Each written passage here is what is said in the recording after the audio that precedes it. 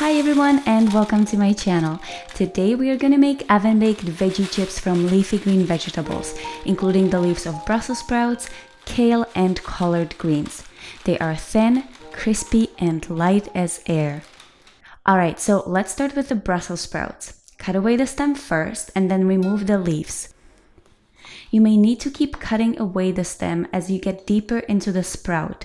In most cases, you should be able to use the whole Brussels sprout because the core of the Brussels sprout are essentially leaves as well. But if your Brussels sprouts are packed too tightly, just remove the leaves that you can. Place the leaves into a large bowl and cover them with water. Let them soak for a few minutes to allow any dirt to sink to the bottom of the bowl. You could also use a salad spinner if you have one, but if you don't, this is the easiest way to clean Brussels sprouts.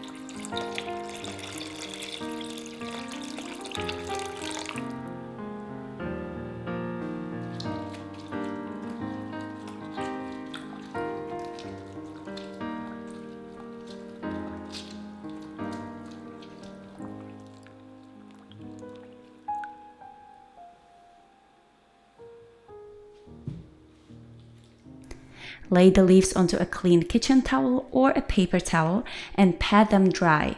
Remove as much water as possible. If there is any excess water, the water will steam the veggies while baking, so make sure the leaves are completely dry.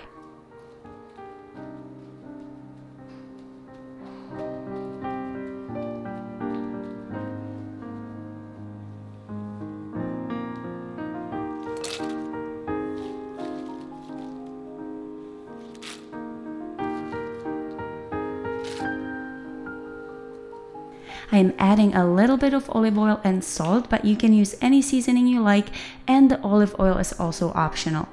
I have tried making the chips from leafy greens without oil and it works. However, I do have to say that the olive oil adds a nice rich flavor and helps the veggies cook more evenly.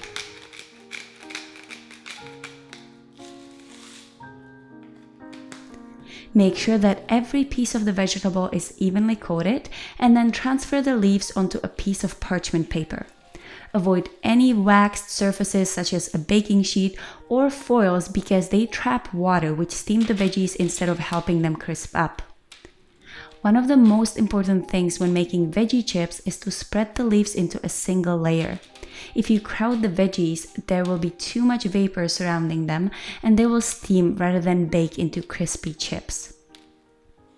Oven temperature is probably the trickiest part. My experience is that the lower the temperature, the better. The chips might take a little longer to bake, but at least you don't get any burnt pieces. I bake the chips at 200 degrees Fahrenheit first and then increase the temperature to about 220 degrees Fahrenheit. The second type of chips are kale chips. The process is pretty much the same as with the Brussels sprouts. Tear kale away from the stem and roughly tear it up into large pieces.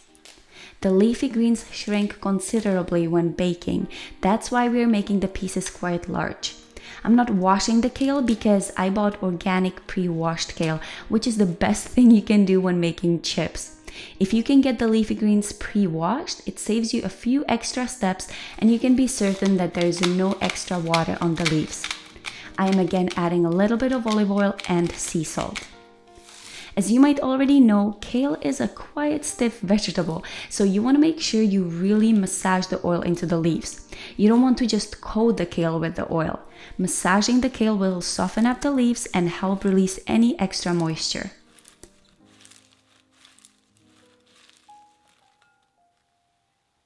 Spread the kale into a single layer onto a piece of parchment paper and bake it in the oven at 200 degrees Fahrenheit.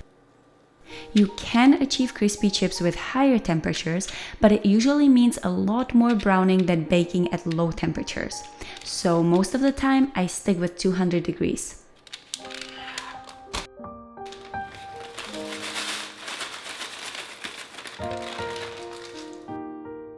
Finally, veggie chips from collard greens.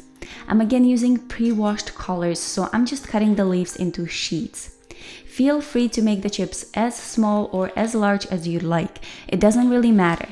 What matters when making chips is the thickness, which in this case, we don't control.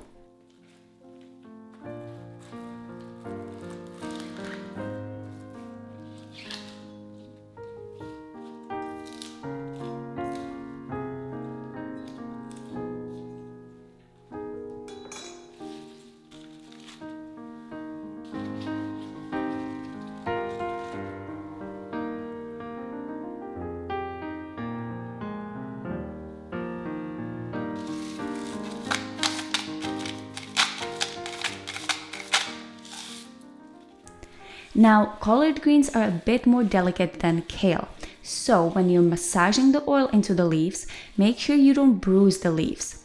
The next steps are identical to the steps we have already discussed with the Brussels sprouts and kale. So spread the leaves into a single layer onto a piece of parchment paper and bake at 200 degrees Fahrenheit.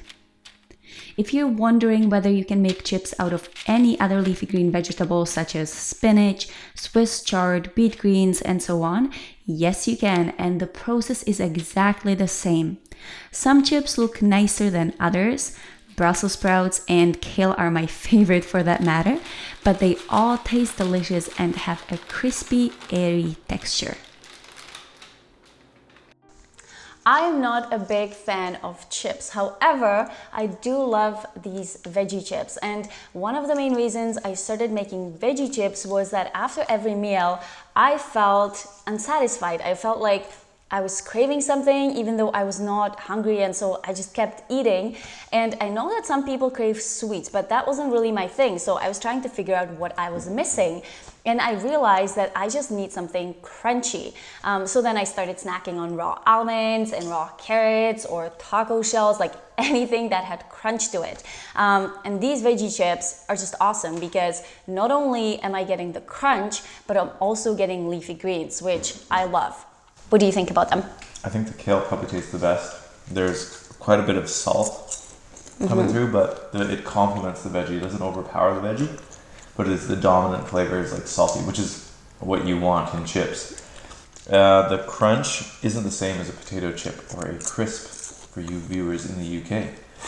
The crunch is more evident in the Brussels sprouts at the end of it, and then the kale probably tastes the best, has the most satisfying like crispiness to it. And as you combine the chard, the Brussels sprouts, and the kale, the flavors all mix in. You know you're eating healthy, but it doesn't feel like you're eating healthy. Like, the flavor's really good, and the salt complements it all. The crispiness is where it's at, though. Like, it's really hard to stop eating these things. So I hope you enjoyed this video. If you did, please give me a thumbs up, comment below, subscribe to my channel, and I'll see you next time.